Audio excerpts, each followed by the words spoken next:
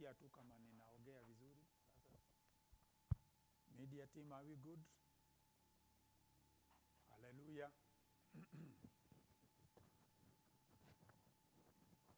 Na kama hii haingiani basi ninatumia ingine.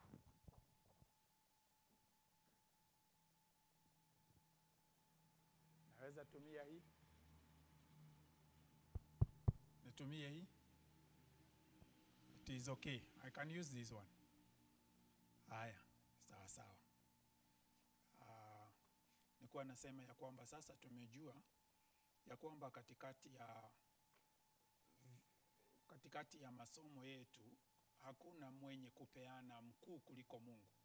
Na chochote kile ambacho anatuomba tumtolee, anaomba tutoe baada ya yeye mwenyewe kuwa amepanga vile atakavyokutana na hitaji hilo. Kwa hivyo niseme ya kwamba ndiye wa kwanza kufanya kabla ya atuulize tufanye. Jambo la pili ambalo tumeliona katika masomo yetu ni kwamba wakati Mungu anapotueleza tutoe jambo au tutoe kitu, anatueleza tutoe kutoka kwa kile ameshatupatia. Hata wakati anaposema katika kitabu cha Warumi mstari wa 12 na mstari wa 1 ya kwamba tuitoe mili yetu kama dhabihu iliyo hai, anatueleza tutoe mili yetu akishapeana mwili. Hakuitishi kitu ambacho hajasema utoe. Kwa hivyo hajatoa yeye kwanza. Kwa hivyo ile kitu ambayo anatupima nayo ni uaminifu wa kutii. Kusudi la haya mambo yote yanahusu uaminifu wa kutii. Kama vile nilivyotumia mfano wa vile Kristo Yesu alivyo kujia wanafunzi wake baada ya ufufuo wake asubuhi na mapema, na walipokuwa wakitoka katika bahari kuvua samaki na hawakuwa wamepata samaki, akawaeleza basi wekeni nyavu zenu katika pande ya kulia. Na maandiko inasema ya kwamba wakapata samaki nyingi. Na baada ya kupata zile samaki nyingi wakajua ya kwamba ni Bwana alikuwa anaongea na hao. Wakatokea ufuoni wa bahari. Na maandiko inaonyesha ya kwamba walipotokea katika ufuo wa bahari walikuta tayari alikuwa na samaki ambazo alikuwa nazo katika moto. Hivyo ni kuonyesha ya kwamba Bwana anapokueleza ufanye kitu si kwa sababu amepungukiwa. Na Biblia yaonyesha ya kwamba aliwaeleza basi leteni baadhi ya zile samaki mmepata. Ni kuonyesha yeye amesha provide for himself. Kama vile ambavyo baba wetu wa imani Ibrahimu naye anavyotushuhudia ya kwamba katika baba kufika kutoa mwana wake wa pekee na kueleza Ibrahimu, Bwana kumweleza Abrahamu atoe mwana wake wa pekee, alikuwa na mpango wa kutoa mwana kondoo wake yeye mwenyewe. Na Ibrahimu alieleza Isaka, Bwana Mungu atajitwalia mwana kondoo wake mwenyewe. Maneno ambayo yamekuja kurudiwa na Yohana Mbatizaji alipomuona Yesu akija, alisema tazameni mwana kondoo wa Mungu. Yaani Mungu ndiye mwenye kujitwalia mwana kondoo wa kwanza. Tunaposoma mambo haya tunaona ya kwamba basi Mungu hasemi tujitolee kwa sababu ya vile amepungukiwa, hapana. Anasema tujitolee kwa sababu anataka sisi tufuzu kwa mambo fulani ambayo ni kusudi lake. Hapo ndipo ningependa kuongelea kidogo kuhusu vile Mungu anavyotumia utiifu wetu kutufanya tufuzu au kutufanya tuaminiwe, kutujaribu tuonekane kana kwamba tunaweza aminika na jambo fulani ambalo angependa litendeke katika ulimwengu. Na kile hasa anataka tuaminike nacho ni katika kumjua yeye na katika kutumia rasilimali zake ambazo ni yeye mwenyewe. Mungu anataka kujipeana mikononi mwako wewe kama ambaye ameaminiwa his own wealth. Nafikiria maiki yangu imenyamaza. Anataka kukuaminia the use of himself as a resource. Anataka kujipeana kwako, akuaminie wewe kumtumia kwa njia isiyo na wacha niseme aibu, kwa njia ambayo imekugharimu wewe kuwajibika, au umepimwa na kuonekana unatosha, au utakuwa mwaminifu kutumia rasilimali za Mungu ambazo zinakina katika uwepo wake yeye mwenyewe katika kazi ile ambayo anataka itumike. This is the main reason tunasoma hili jambo. Na tutaendelea kulichambua mpaka tuelewe ya kwamba tumepewa vitu vyote. We have been given all things. Lakini tumepewa hizo ndio zitumike kutupima kama tutakuwa waaminifu. Tukiwa waaminifu katika utumishi wa vitu vya kawaida, tutapewa wajibu wa kutumia mali ya kweli ambaye ni Mungu mwenyewe. God wants us to divide him, not his things. He wants us to qualify to steward the presence of God and himself among men. Anataka tupewe kule kuwajibika kwa sababu tumejaribiwa, tumeonekana ni waaminifu, kumugawa yeye kama kipawa kwa wanadamu wengine. Ndio yeye ajaye kila mmoja kwa sababu ya yeye kujipeana kupitia kwa mikono ya wanadamu. Kusema tutoe inatupeleka hapo. Na hapo awali kuna vile ambavyo tukizungumza juu ya safari ya Yesu na wanafunzi wake, kuna vile ambavyo aliwapa uwezo juu ya nguvu zote za giza na juu ya mapepo, juu ya magonjwa. Wakaenda wawili wawili na walitumia nguvu za Mungu kwa kupewa delegation ya authority, kwa kupewa kipawa au kipimo cha mamlaka ya Kristo. Wakaenda wakifanya miujiza, na waliporudi walisema hata pepo zinatutii kwa jina lako. Kuna hicho kipimo cha ya kwamba mmetembea na Bwana, na kuna mahali imefika umepewa nguvu juu ya mamlaka ya kipimo fulani cha nguvu za Mungu. Lakini mwisho wa kusudi hilo ni how you will not be given the power of God, you will be given God himself. The end product. Kipimo hii jambo yote ambayo Peter anapitishwa na kina Yohana na wale wengine hawa mitume wa Kristo, sio kwamba hawajaona wafu wakifufuka, no. Na si miujiza inafanya wateuliwe, hapana. Wanateuliwa ndio wawe wanaowajibika kumgawa Mungu kwa wanadamu. So that is what we are studying. Hicho ndicho ambacho tunasoma. Na hili jambo linatokana na vile ambavyo sisi wenyewe tunajipeana kwa Bwana ndio tupewe kumjua.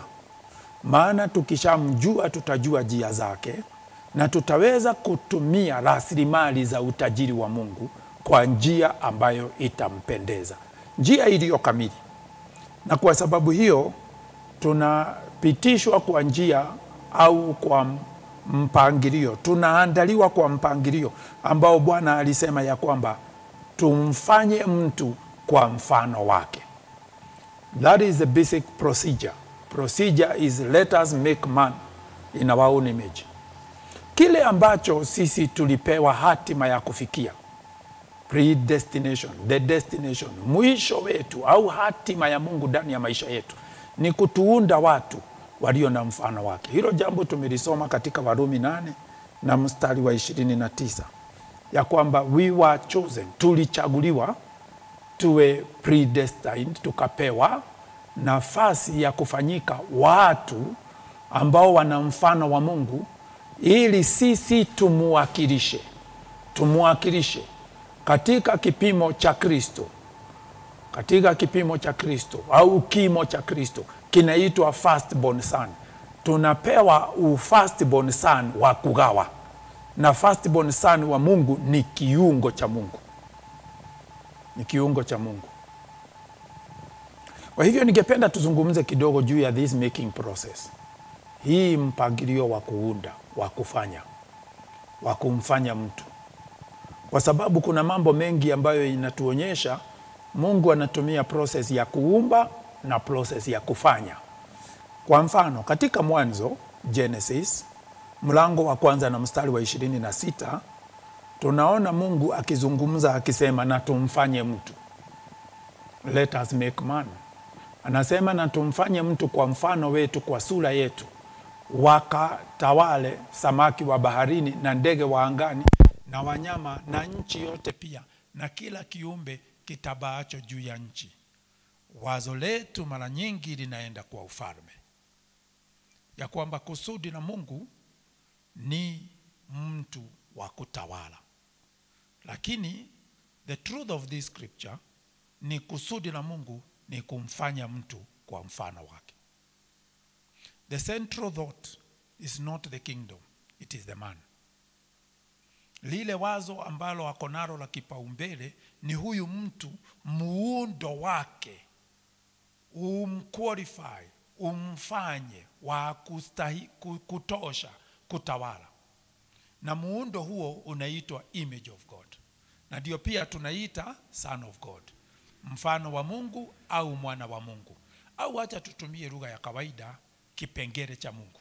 Ufanyike kipengele ambacho kimetoka kwa Mungu ili uweze kuwakilisha Mungu katika ule mfano wa kuwa wewe pia umefanyika mwana wa Mungu, firstborn among many brethren.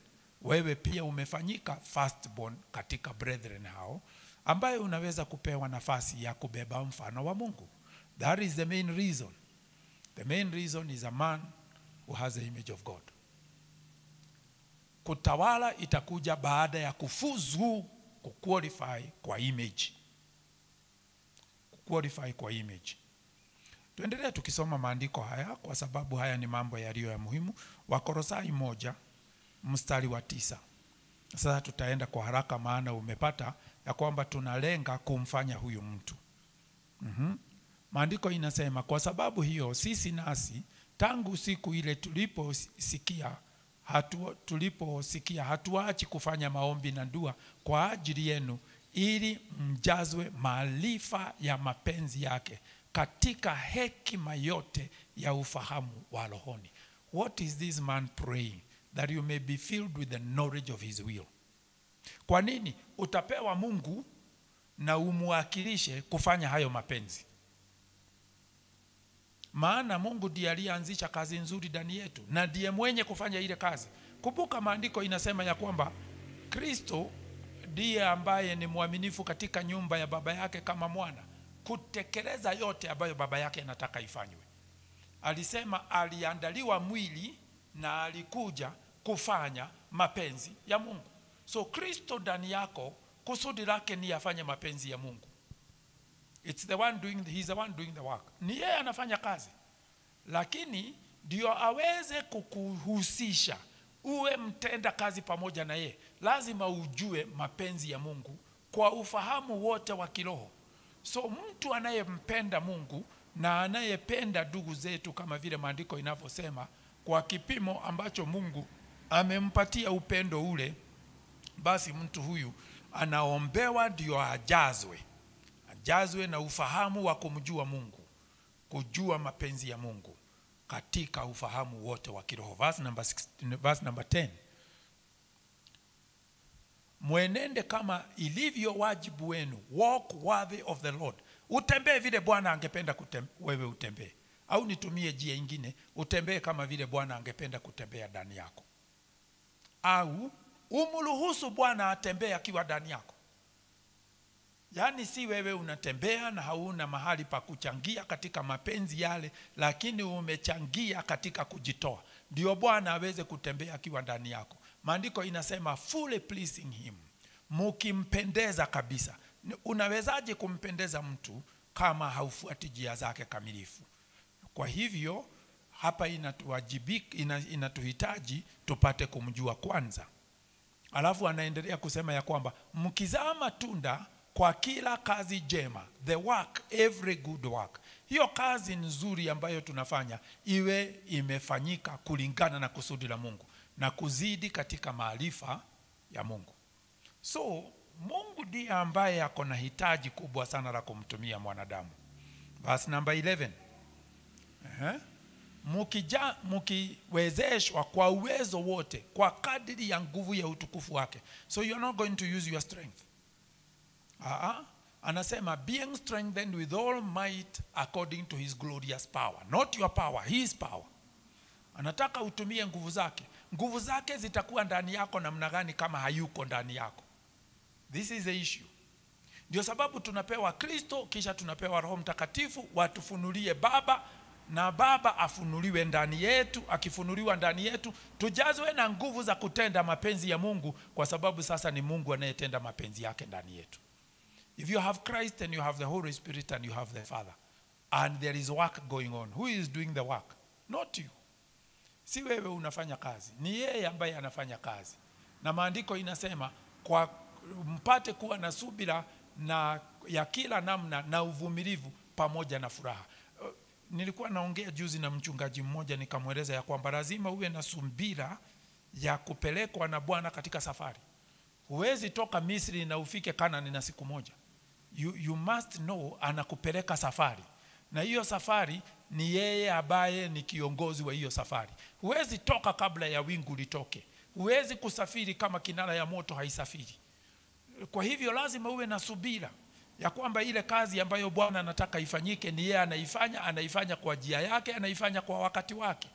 Na hauwezi kuvunjika moyo. Useme nataka hii kanisa ijae watu, tuko na viti hapa 300 na kitu, mbona tumefanya crusade watu hawajaja? Mungu ndiye hupeana neno lililo mbegu la kupanda, ni yeye hupeana maji ya kumwagilia ambayo ni neno la Bwana, ni yeye hupeana ongezeko katika wakati wa ile mbegu kukomaa. Huwezi itisha ongezeko siku ya kupanda. So lazima you must have one of the qualifications, patience and long suffering with joy. Verse number 12, mstari wa 12. Mkimshukuru Baba aliyewastahilisha kupokea sehemu ya urithi wa watakatifu katika nuru. Kizungu hapa inasema, you are using New King James. Hebu tupatie King James tuone inasema who has made us. King James, unaona hii inasema giving thanks unto the Father. Tukimshukuru Baba ambaye ametufanya. He has made us qualified. Ni yeye anatuunda kwa njia ya kuhitimu. That's the correct language. Ametufanya ndani yetu tufanyike kwa muundo wa kuhitimu. Ni kama vile ambavyo unaweza enda shule ukisomea kuwa daktari, alafu uende ukapimwe kama wewe ni daktari kamili. Alafu unaangaliwa muundo. Kama muundo wako ni kwamba umefanyika daktari, basi hatuangalii makaratasi tena ambayo ulihitimu kwa shule, tunaangalia kuhitimu kwa kufanyika. Kuhitimu kwa kufanyika. Hii ndio jambo ile ambayo nilikuwa nasema ya kwamba Bwana anataka atufanye. He wants to make us. He is the one making the man. Ni yeye anatengeneza huyu mtu na ni yeye anayempima. Neno lingine limetumika na katika manabii ni kuweka kafiru. Ni yeye anaweka ile timazi ili apime kana kwamba umehitimu. Na ni yeye anayekuhitimisha kwa sababu ni yeye mjenzi. Please understand. Ni yeye mjenzi, ni yeye mwenye wewe kama jiwe linalotumika katika ule ujenzi, ni yeye ambaye amekuweka, ni yeye anayekupima na ni yeye anayekuweka zile rasilimali za kipimo cha ndani ili akuhitimishe. He is the one qualifying you. Ni yeye anakuhitimisha. Nirudie tena ile wazo ya kwamba kila kitu Mungu anataka ufanye, ni yeye atafanya ndani yako. Anakueleza ufanyike ili ukubali kufanywa.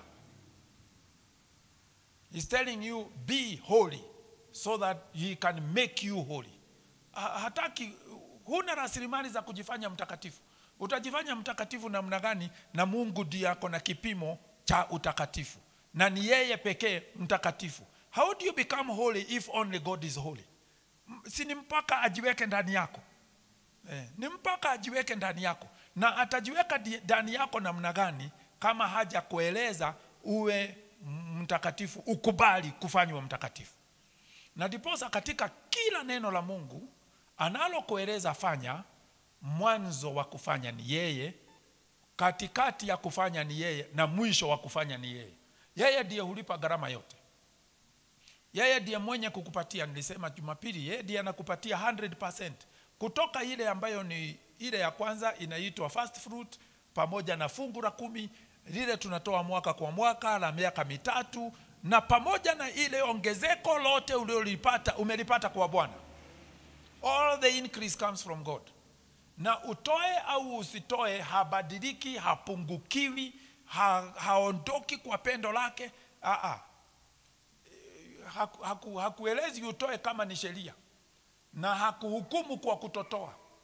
Hata kesho anakupatia zingine na anangoja utoe.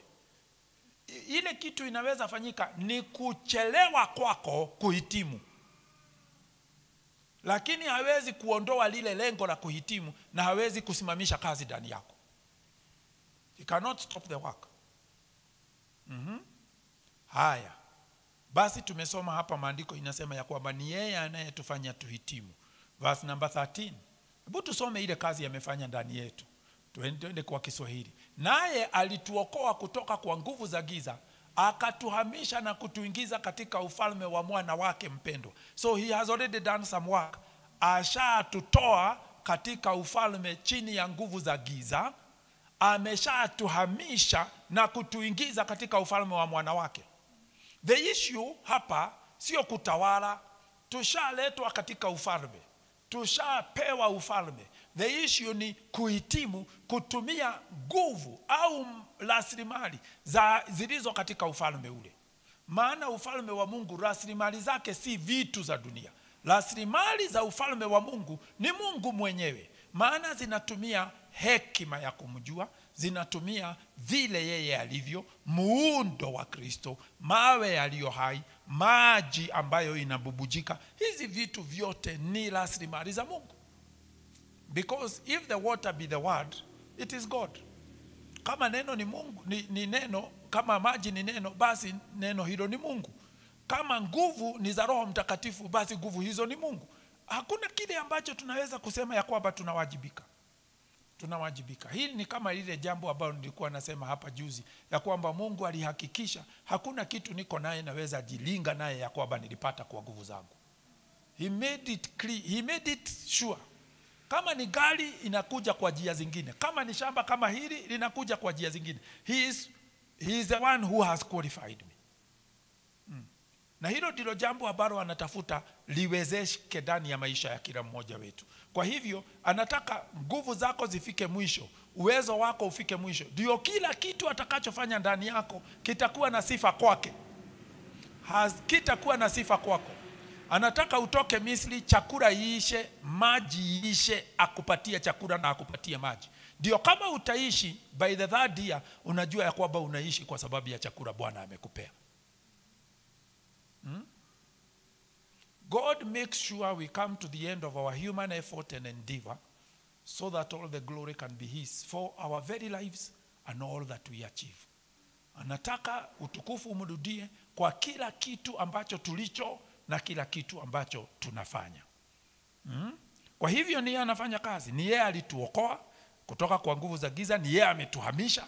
Hakuna tunafikiria tumeenda safari, ni kubebwa, tumebebwa. Tulisoma na nyinyi katika Kutoka 19. Maandiko inasema ya kwamba yeye ndiye aliwatoa katika nchi ya Misri, katika nyumba ya utumwa, akawabeba kwa mabawa yake. Ni sisi hatuelewi vile Mungu anavyofanya kazi. He brought them forth, he carried them on his own wings. Exodus chapter number 19. Basi nataka tuendelee. Verse number 14. Nataka kutumia hapa kuweka msingi ndio tuweze kusoma kwa dakika kidogo hili jambo. Ambaye katika yeye tuna ukombozi, yani msamaha wa dhambi. Hii jambo inafanyika ndani yetu kwa sababu tumewekwa ndani yake. God puts you in Christ, then in Christ you are qualified in all these things. Anakuweka ndani ya Kristo, na ni Roho Mtakatifu anaenda anakutafuta, alafu anakuleta, anakuweka ndani ya Kristo, anakubatiza ndani ya Kristo. Akisha kuingiza ndani ya Kristo, uko ndani unapata ukombozi, huko ndani unapata msamaha wa dhambi, sio wewe ulitubu dhambi. Please let's be clear. Ni kusamehewa, ulisamehewa, na unasamehewa dhambi zako zote mpaka zile hujatubu, mpaka zile hata hujui. Zingine zilifanywa na mababu zako na wakafa. You have no way of knowing. Anakusamehe. Verse number 15. Naye ni mfano wa Mungu asiyeonekana, mzaliwa wa kwanza wa viumbe vyote. So what have you been baptized into? Mfano wa Mungu. Umeletwa ndani ya mfano wa Mungu. Hili ndilo jambo na somo ambalo linahitaji sisi kuwa ni la msingi ndani ya maisha yetu, ndio tuweze kufahamu hili jambo. Ukisoma Wakolosai 1 hiyo mstari wa 12 inasema ya kwamba ametufanya kuwa warithi, tufaulu, tufuzu kuwa warithi wa hii utukufu ulio katika wanawe ndani ya nuru ambayo ni Kristo Yesu. Kwa sababu hiyo, wapendwa, ningependa tuweze tu kufahamu ya kwamba kila kitu Mungu anatueleza tufanye ndio tustahili. Maandiko katika Warumi 8 kutoka mstari wa 31, hatuna time ya kusoma. Maandiko inasema ya kwamba tusemeje katika mambo haya yote. Haya mambo yote Mungu ametufanyia, tuseme nini? Kama yeye ndiye aliye pande yetu, nani awezaye kutupinga? If God saved you, who can take you out of his hand? Kama alikuokoa, nani atakutoa katika mikono yake?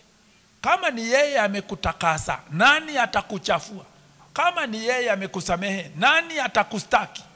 Kama ni yeye, hebu tusome kwa sababu tuna muda kidogo. 32 verse 32. Yeye ambaye hakumhurumia mwana wake mwenyewe, bali alimtoa kwa ajili yetu sisi zote, atakosaje pia kutupa chochote kingine pamoja naye? He gave you his son. Ni nini ingine ambayo atakosa kukupea? Kwa sababu huyu mwana ndiye mwenye vitu zote, ndiye mrithi wa vitu zote. Yeye unapewa mwana uwe mrithi pamoja na yeye. How Bwana Yesu atukuzwe. How is it possible? Itawezekanaje ukose kupewa chochote kile ambacho unahitaji? Kama Bwana kusema ya kwamba nimekuzaa, wewe ni mtoto wangu, mimi ndiye mwenye mali yote, utapataje jaa? Utakosaje kuwa mrithi wangu? Ni nani atakaye kufanya, atakayeweka reverse ya kwamba wewe si mwana wangu tena? This is a mindset. Hii ndio fikira za kiroho ambazo tunafaa kujivika. Maana hizi ndizo huzaa sisi kupewa mali ya mwilini kutawala. It is the image of God in us that qualifies us to dominate the world, the earth. Na hii mawazo ndio inafaa tuivae, ndio hizi vitu za dunia ziwe chini yetu, maana hauwezi tumikia Mungu na mali. Mungu anataka umtumikie kwanza na ufuzu katika kumtumikia, ndio upewe mamlaka ya kutawala mali. Maana it is the image that dominates. Ni ile mfano inatawala, si mtu. Ni ile mfano iliyo ndani ya mtu. Tunasema mtu kwa sababu lazima afanywe na matope ya hapa duniani, apuliziwe pumzi, awe mwili, awe nafsi iliyo na mwili. Lakini it is not the body. Si nyama na damu zinatawala, ni ile mtu wa kiroho aliye ndani ambaye amepewa utawala. Kama sio hivyo haiwezi itwa urithi. Maana kwa sababu gani? Huyu mtu wa nje hufa, akifa basi urithi inapotea. Lakini yule mtu wa ndani ndiye anashirikishwa uungu, ndio ashirikishwe urithi wa kiungu, ndiye huyu mtu kile atapewa kisije kikatolewe mikononi mwake. Na kwa sababu hiyo tukifanyika tunapewa mali ya kweli katika ulimwengu wa rohoni, alafu tunapewa kivuli cha hiyo mali katika ulimwengu wa mwilini. Ndio nini? Ndio yeye anapotembea ndani yetu katika mwili, asije akaibike kwa sababu ile kitu ambayo tulihitaji katika mwili hakutupea. Haya, verse number 33. Inasema ni nani atakaye washtaki wateule wa Mungu? Mungu ndiye mwenye kuwahesabia haki. Mungu akishaku kuhesabia haki who is going to accuse you? Ni nani awezaye kukulaani Mungu akishaku kubariki? Ni nani awezaye kukusema wewe kuna kitu kingine unahitaji kama Mungu ameshasema umekamilika? It is not possible. It is not possible. Verse number 34. Who is he that condemns? Ni nani atakayehukumia adhabu? On what law? Mungu akishasema you are righteous, what law? Na ndio sababu unakuta watu ambao walikuwa pale awali walipoelewa hii mpangilio wa kiungu hawakusumbuka tena kutubu dhambi. Musa hatubu dhambi, Ibrahimu hatubu dhambi, Nuhu hatubu dhambi, Daniel, Shadrach, Meshach, Abednego hawatubu dhambi. They have no consciousness of sin. They know they have been qualified. Wanajua wameshakamilishwa. Hawarudi kule kufikiria, hawatoi dhabihu. Can you imagine? None of them gave a sacrifice for their sins. Hata Daudi hakutoa dhabihu kwa sababu ya dhambi zake. Soma vizuri kuhusu zile ambazo zilitolewa hata na Suleimani. Hazikuwa kwa sababu ya dhambi. He gave 1,000 peace offerings, not for sin. Dhabihu ya dhambi ni speciali. So we have an issue here. Ni shida za mawazo yetu na kukwama kwetu katika fikira za kale na kushindwa kukubatia kile ambacho tumefanywa na Mungu ndani ya Kristo, ambayo inafanya tusumbuke. Tunakaa ina guilt mindset. Tunakaa katika mindset ya guilt. Na niseme hivi hapa kwa sababu hili ni jambo ambalo litakuja kutokea. Hii nyumba ambayo inajengwa, ambayo ni kikao cha Mungu. Wacha ni sababu naona time inaenda. Wacha nizungumze haya mambo kwa ufupi. Wewe ni nyumba inajengwa uwe kikao cha Mungu. Na unajengwa na mawe yaliyo hai, au wewe ni jiwe lililo hai. So Mungu anatumia uhai wake kukujenga kama jiwe linalofanana na yeye. Na anataka wewe uwe kikao chake. Sio wewe ungangane na nguvu za giza, no. Anataka yeye ndani yako akabiliane na mapepo. Anataka yeye ndani yako akabiliane na hali ya anga. Anataka yeye ndani yako asimamishe upepo. Ndio sababu Yesu anasema, si mimi ninafanya kazi, ni Baba aliye ndani yangu. So hata kama ni upepo inasimama, si Yesu anasimamisha, ni Baba aliye ndani yake anasimamisha. Kama kuna watu wanatakaswa ukoma, si Yesu anafanya, ni Baba aliye ndani yake anatakasa watu ukoma. Mungu anataka kikao, ndio yeye mwenyewe afanye mapenzi yake yeye mwenyewe. Lakini kile kikao lazima kijaribiwe. Hiyo nyumba inayojengwa, maandiko inasema katika Luka 6, katika Mathayo 13, ile nyumba lazima ijaribiwe. Na itajaribiwa kwa nini? Kwa mafuriko, kwa mvua, kwa upepo. Sasa hizi vipengele 3 tutakuja kuzisoma zote, kwa sababu tutarudi tena katika masomo ile tuliacha, inaitwa spiritual warfare. Upepo kulingana na maandiko ni upepo wa doctrine. Ephesians 4. The wind represents doctrine. Upepo si upepo kama ule Yesu alisimamisha, ijapokuwa ilikuwa na mafundisho yake. Upepo wa mafundisho. Tusije tukawe watoto ambao wanapeperushwa huku na kule na upepo wa mafundisho. So anataka ujengwe kimafundisho, ili wakati upepo itakuja, nyumba zingine zikianguka, yako haianguki. Bwana atukuzwe. Anataka mvua itakapokuja. Mvua ni nini? Mvua ni wakati neno la Mungu litakapokuja katika mafuriko. Maana kuna mvua hunyesha ambayo hugharikisha watu. The word of God causes a flood. Neno la Mungu huongezeka kiwango cha kuleta mafuriko. Pastor ambaye alinifundisha haya mambo aliniambia hivi. Aliniambia, Simon, katika siku zako utaona siku za Nuhu. Nikamuuliza unamaanisha nini? Akasema Mungu ndiye alisema neno lake likaleta mafuriko ya siku za Nuhu. Na alisema siku za mwisho zitakuwa hivyo. Na akasema kutatokea watu wengi wanaoliamini hili neno, ambalo kutoka ndani ya tumbo zao kunatoka vijito ya maji iliyo hai. Na hiyo maji inayobubujika itakuwa kama mafuriko. Na akasema pia kutakuwa na watu wanaoamini watakaodhulumiwa kiwango ya kwamba katika sifa zao na katika hao kumwabudu Bwana watafanya tetemeko la ardhi. Tuelewe haya mambo wapendwa, kwa sababu tunayasoma katika mwili, tunayafikiria katika mwili. Tetemeko la ardhi lilitoka wapi siku ya Paulo na Sila? Their praise and their worship. Tetemeko la ardhi halitokani na watu kutigiza. No, ni maandiko inasema siku za mwisho asema Bwana atatikiza ardhi na mbingu. He will shake. The shaking does not come from human beings. Inatokana na Mungu akiwa ndani ya hawa watu wanaomwabudu. Ndio nini? Afungue minyororo ya waliofungwa. Please understand hizi miujiza. Nilisema siku ingine hapa, hakuna muujiza kwa Biblia uliofanywa na Yesu ambao haukuwa fundisho la siku zetu za mwisho. So wakati maandiko inasema siku za mwisho zitakuwa kama siku za Nuhu au itakuwa kama siku ya Sodom na Gomora, siku ya Sodom na Gomora what happened?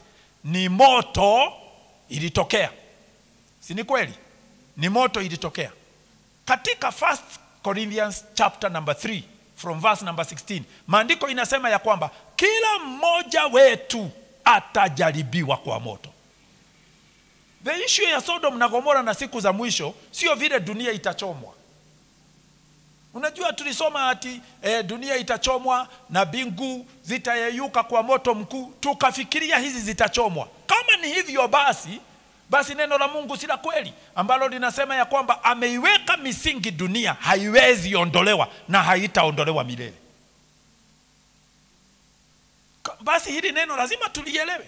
Akisema kitu itachomwa alafu aseme haitaondolewa, what does that mean? Hii moto itatoka wapi? Mfano wake ni moto kama uliokuwa katika siku za Shadrach, Meshach na Abednego. Au katika siku za Musa, moto inawaka katika kichaka na haichomeki. Maana sisi hatuchomeki. Nitonaelewa maandiko maya. Tuelewe maandiko. Tusije tukawe watu wa kupeperushwa huku na kule na hii habari.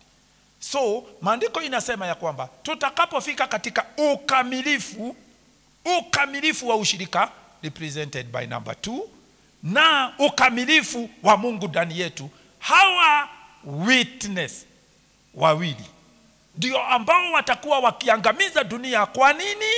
Kwa moto utokao vinywani mwao. What is that? The word of God. Tusome maandiko kwa njia ya ufahamu wa kiroho, tusije tukasome kama watu wa wanadamu, kwa sababu Daudi anasema mwili kukufa iko faida gani kwa Mungu?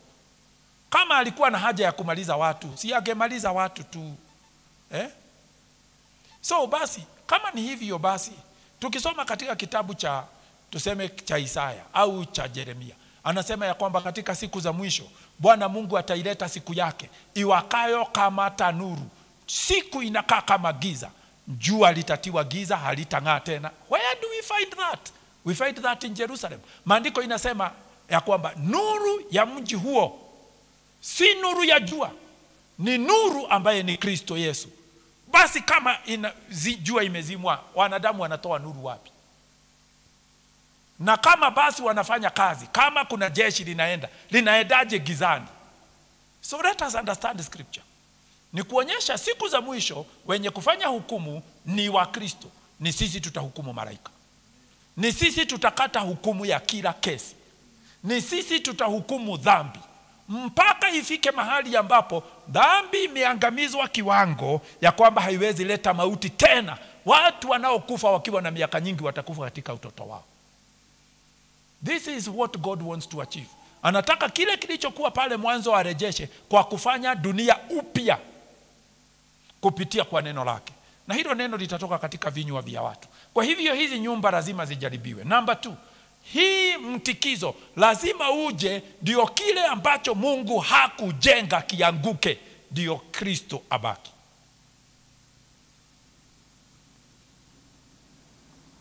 These are prophetic, tuweza kusema perspective ya neno hili. Na mtu basi ambaye hakuweza kujifanyia urafiki kwa mali hii ya udhalimu, hataweza kupokelewa in that realm. Hataweza, tulisoma na nyinyi katika Luka 16, hataweza kuingia katika uvuo huo. Kwa sababu gani? Amekuwa connected na vitu. Tunaona hiyo mfano wapi? Mke wa Lutu. Ilipofika siku za Sodom na Gomora na alikubuka mali, aligeuka kuwa a pillar of salt. Kwa nini? Alikuwa na connection na mali kuliko wokovu. Lazima tukubali kupoteza vyote. Maandiko inasema mtu asipokubali kupoteza uhai wake na kuchukua msalaba wake na kumfuata Kristo, hawezi kuingia katika urithi huu. So hatusemi haya kuhukumu watu, no. Tunasema haya kuonyesha ya kwamba iko siku itafika kama ya Sodom na Gomora, tuhame na tuache kila kitu. Bwana asifiwe. Eleza mwenzako haya mambo uyaelewe. Na mimi nasema ya kwamba Mungu ni wa huruma nyingi sana. Anasema ya kwamba anapendezwa, hapendezwi na kifo cha mwenye dhambi, lakini anapendezwa na kifo cha wenye haki. How so? Yani huyu Mungu kwani ni wa aina gani? Anawezaje kupendezwa na kifo cha wenye haki? Siku moja, sikubuki ni nani alikuwa, tukaenda mazishi huko pande ya hata I don't even remember ni nani alikuwa amekufa for some reason. Tukaenda mazishi huko pande ya Karonga, ukipita hiyo njia ya kwenda Nyahururu umepita Gilgil. Sasa tulipokuwa pale katika mahali ya mazishi, yule mhubiri aliposimama akasema ya kwamba ninataka kuwatangazia wale wote ambao wamekuja hapa ya kwamba Bwana amependezwa na kifo cha huyu mtumishi wake. Watu wote wakasema of course hata wewe unaweza sema hivyo kama wewe ni mwanadamu. Yes. Lakini alipokuwa akielezea alisema ya kwamba mtu akikamilika, kama vile ambavyo tunalima katika shamba, mtu akikamilika akubali kuacha vitu vyote, hapo ndipo ambapo panatokea natural separation ya mwili na roho. Haifai kutokana na magonjwa. Of course inaweza fika mahali mwili igonjeke, inaweza fika mahali mwili isimamishwe kwa njia yoyote ile, lakini si lazima. Bwana asifiwe. Si lazima. Na hii jambo ni funzo kwetu ya kwamba inaweza fika mahali utenganishwe na vitu kiwango cha kwamba huna uoga wa kifo. That is where Shadrach, Meshach, Abednego wa. Ndio Kristo adhihirike kiwango ya kwamba moto haiwezi kuwachoma, walikuwa wameshakubali kuachana na maisha yao ya mwilini. Ndio nini? Wakaingizwa katika upeo wa kiroho ambaye moto haiwezi kuwaua. So tunasema haya mambo yote hatuelewi. Daniel ndio awekwe kwa tundu la simba. Ni nini alikuwa amefanya? Ni kuomba na kumcha Bwana mara 3 kwa siku. Asiogope amri ya mfalme. Kwa nini? Yule anayeabudu anamhesabu ni wa dhamana kuliko maisha yake ya mwilini. Na alijua atatupwa katika tundu la simba. Na alitupwa. Lakini yule aliyekuwa akiabudu kwa sababu ya huyu mtu kutoa maisha yake, alimuingiza katika upeo ambaye simba hawawezi ona chakula. Wapendwa, nituraele wohoro uyu. Ati kiria wedete nikio muhiga wako. Kila unashika hiyo ndio kitu kinachokuzuia. Na kitakupinga mpaka siku ambapo Mungu atakurehemu enough kukiondoa. Shida zetu zinatokana na huruma za Mungu. Zinatokana na huruma za Mungu. Na Mungu analenga kitu fulani. Na ukiwa una masikio, na ukiwa una macho ya kuona, utaelewa ni nini hii Mungu anakabiliana nayo ndani ya maisha yako. Kwa sababu yeye hana shida na wewe kukula. Aliyopata waone njaa, akapata waone kiu, kisha akawapa mana. Kwa nini Mungu wa aina gani huyu wiki? If atafanya uone njaa kisha akupatie mana, ni nini alikuwa anatafuta? The issue was not the hunger. Ni alikuwa anataka kuwatweza, alikuwa anataka kuwajaribu aone mioyo yao. Kwa hivyo si mwili ilayo mana ambaye anafuata kilicho katika moyo wako. Shida zile zinazokuja hazipimi mwili, zinapima moyo. Bwana asifiwe. Kwa nini? Ni mafuriko, na sasa natumia mifano. Mafuriko na mvua na upepo ujulikane umejengwa nini kule ndani ya moyo. Maana mwanadamu haangaliwi na Mungu katika kimo, anaangaliwa katika moyo. Amen. Ndio sababu nasemanga ya kwamba kutoka Jumatatu mpaka Jumamosi tufanye kazi kwa bidii ya kushughulikia vile mioyo yetu imejengwa. Maana tuweza shughulikia mambo mengine ili itawale na mioyo yetu ikose faida ya maisha haya. Kwa hivyo unapoona ya kwamba Mungu anatingiza mbingu na dunia in the last days, maandiko inasema he will shake again. Hebrews chapter number 12. Au ukute ya kwamba anasema ya kwamba tutajaribiwa katika moto. 1 Corinthians 3 and verse number 16. au ukute anasema ya kwamba kama vile ilivyokuwa katika siku za Sodom na Gomora, tuelewe ni nini what happened. Aliokoa mwenye haki Lutu, lakini waliokuwa na uhusiano na mali walipotea. Na anaweza kuwa mtu wa karibu kiwango ya kwamba ni mke wako au ni mume wako. Na kitu cha ajabu, lazima tufike mahali Paulo anatueleza waliooa wakae kama hawajaoa. Siku moja niliuliza, Bwana, what is this about? Na kwa sababu hapo juu anasema ya kwamba yeye ambaye ameoa anatafuta njia, hawezi kumpendeza Mungu, maana anatafuta njia ya kumpendeza mpenzi wake. Ushaisoma hiyo maandiko Pastor Wycliffe? Alafu anasema ya kwamba basi nyinyi ambao mumeoa kaeni kama hamjaoa. Mimi naona hiyo mfano katika Lot. Mke amefanyika jiwe la chumvi and Lot did not look back. Unajua kuna mahali tunafikaka na mke wangu tunaongea tunasikizana. Nasema ya kwamba katika mambo ya Mungu kila mtu ako on his own. Katika mambo ya kumfuata Kristo kila mtu na uamuzi wake. Kwa sababu siwezi mfanyia morning devotion, siwezi mfanyia upendo, siwezi mfanyia maombi, siwezi mfanyia, na kila mtu atajaribiwa katika mahali pake.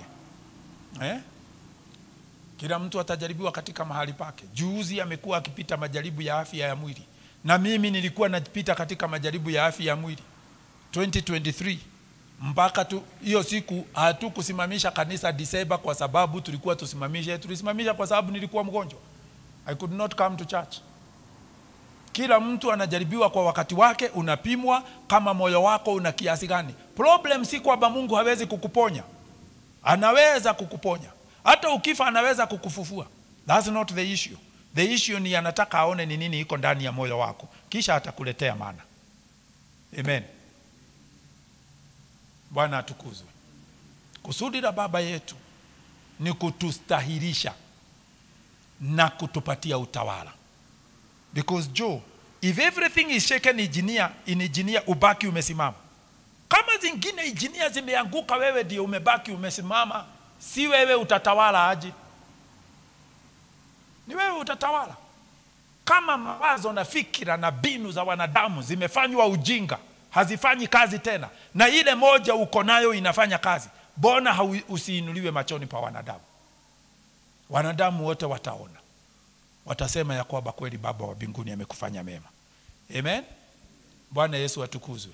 Nilikuwa nataka kupitia hapo kwa muda kidogo kwa sababu tuna wakati tu mfupi wa kwenda tukichambua haya maandiko. Sasa hawa watu wa Mungu wanasema mambo ya ajabu sana.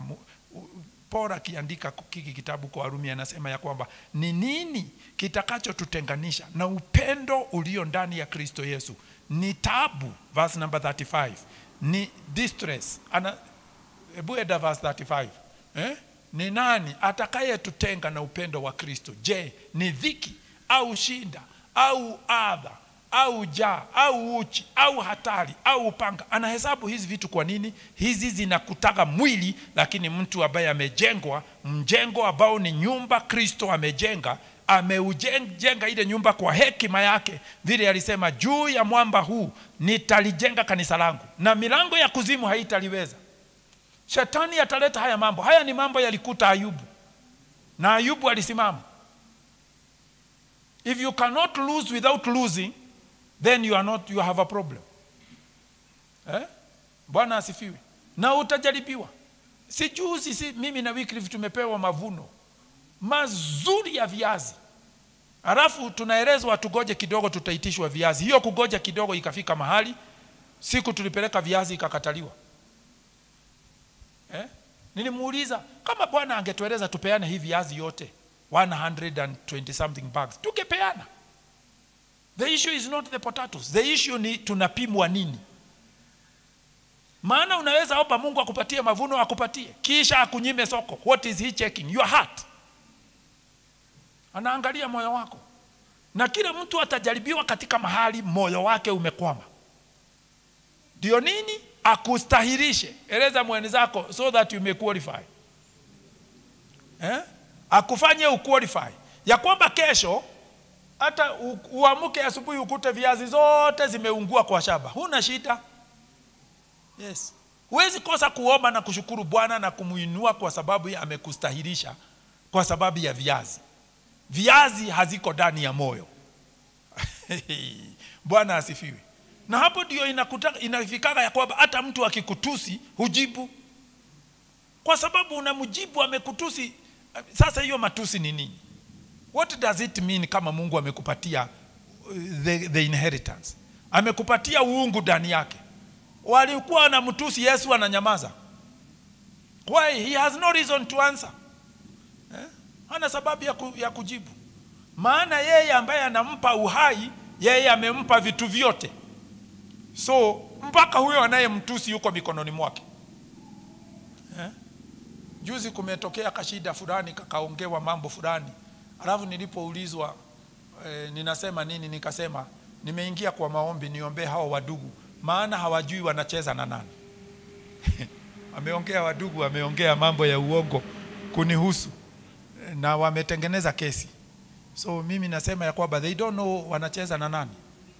So nikasema ya kwamba hiyo kesi itengenezwe, niko tayari kwenda kujibu. So wenye kustaki waliposikia wataitwa wakaondoka. Wakaacha waliozungumza haya mambo. Wewe unakuja unaletewa habari, unaiongea. Aliyekuletea habari anarudi anakugeuka, unabaki na wewe ndiye ulisikika ukisema.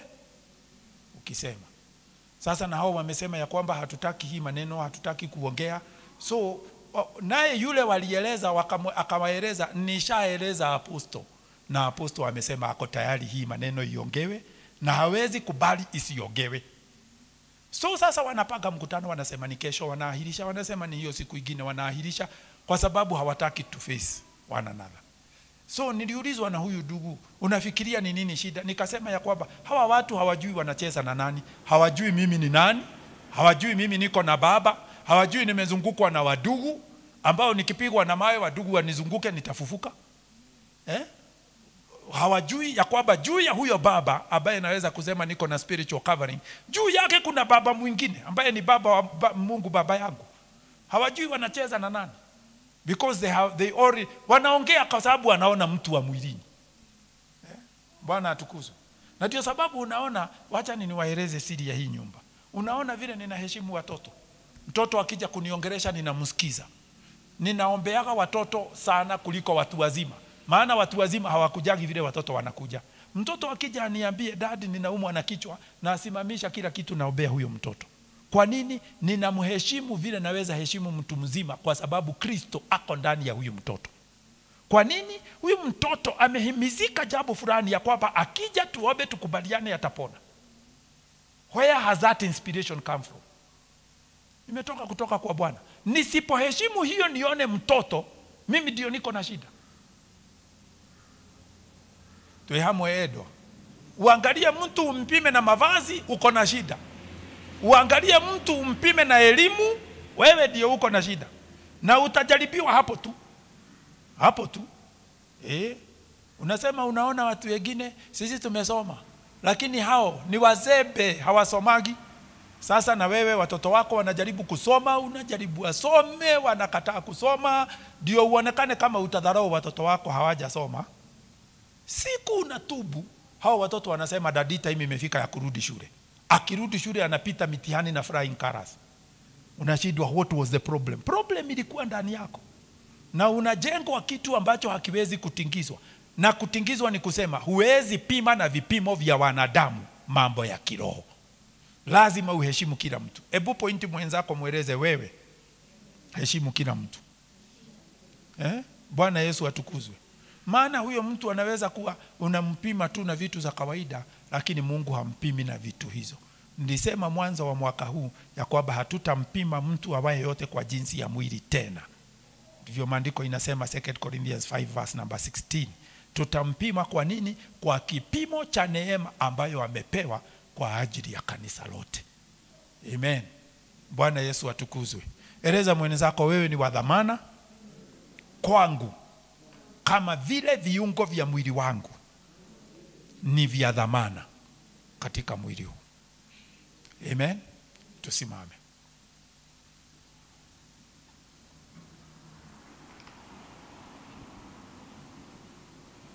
Haya mambo tunayazungumza kwa sababu ya kumtumaini baba yetu, kama vile ambavyo nimetangulia kusema hapo awali, ya kwamba tunalizungumza neno, analifuata, analifanya mwili. Tuelewane wapendwa, siwawekelei mzigo. Ninafahamu hili jambo kwa kiasi, ambaye sizungumzi jambo niwekelee mtu mzigo. Ninazungumza jambo ni kuhimize ukubali Bwana alifanya ndani yako, kwa sababu yeye ako na kusudi ya kulifanya, na yeye ndiye ambaye hufanya kazi pamoja nasi kutupatia mema. Maandiko inasema tuwajua katika mambo yote Mungu hufanya kazi pamoja nasi ili atupatie mema. Wazo lake ni vile tutakavyopata mema. Kwa hivyo baba yetu, tunashukurani nyingi.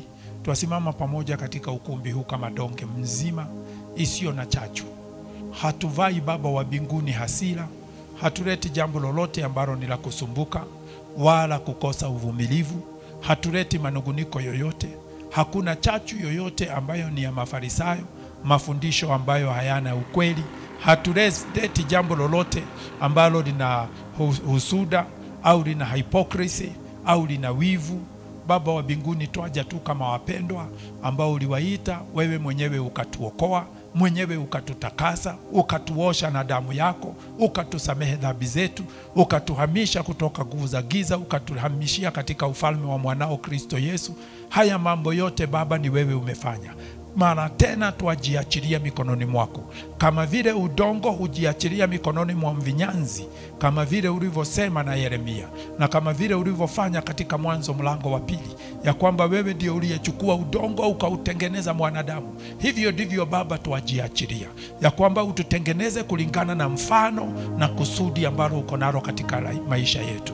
Na sasa baba, kwa sababu tumekuelewa ya kwamba wewe unajenga nyumba ya kiroho, basi tuapeana utu wetu wa kiroho uweze kujengwa na wewe. Utie mfano ulio katika kusudi lako, tukweze, utujenge, utupatie faraja, utuhuishe katika mtu wetu wa ndani, ndio ile mfano iweze kukamilika, that image, Father God, may come to maturity in Christ Jesus. Tuomba Bwana ya kwamba uondoe macho yetu kwa mambo ya mwilini, maana vile tunavyohama katika mambo ya kutazama na mwili huu na kuyainua macho yetu kwako, hivyo ndivyo tunazidi kuimarika, na hivyo ndivyo nawe wazidi kujionyesha katika maisha yetu ya mwili huu. Tuomba Bwana mambo haya katimie machoni pa wote ambao wanatutazama. Wengine wakatudharau, wengine wakatuhesabia ujinga, walipoona ya kwamba tunafungwa tutupwe katika moto. Hawakujua ya kwamba wewe ungetuokoa, na hawakujua ya kwamba mwisho wa mambo haya itatokea sifa, kwa sababu watu wote wataona ya kwamba baba wetu anaweza kutuokoa kwa jinsi ya namna hii, na mfalme wa dunia hii mwenyewe atasema hakuna mwingine anayefaa kuabudiwa isipokuwa Mungu wetu. Tunataka utukuke katika sisi kuitoa maisha yetu, kuilaza chini kwa ajili ya wewe kupokea utukufu wote. Twakushukuru Baba, twakusifu na twakuinua. Tunaporudi katika manyumba zetu na katika mahali petu pa kazi na kila kitu, mahali ambapo umetupatia hali ya maisha, twaomba Bwana kila jambo umetupatia kufanya, tuifanye na mioyo yetu yote, tuifanye na nguvu zetu zote, tukijua ya kwamba katika mambo hayo wewe waweza kujitukuza. Twakushukuru kwa sababu ya kila jambo, maana wewe ni baba yetu, wewe ndiye mwanzilishi wa maisha yetu na ndiye mwisho wetu. You are our Alpha and our Omega. Na ndani yako Baba tumehakikishiwa ya kwamba tuko salama. Whether alive in the flesh or not alive, we are for your glory. Twasema utukuke na uinuliwe, na ni katika jina la Kristo Bwana tumeomba na tumeshukuru. Amen. Amen. God bless you.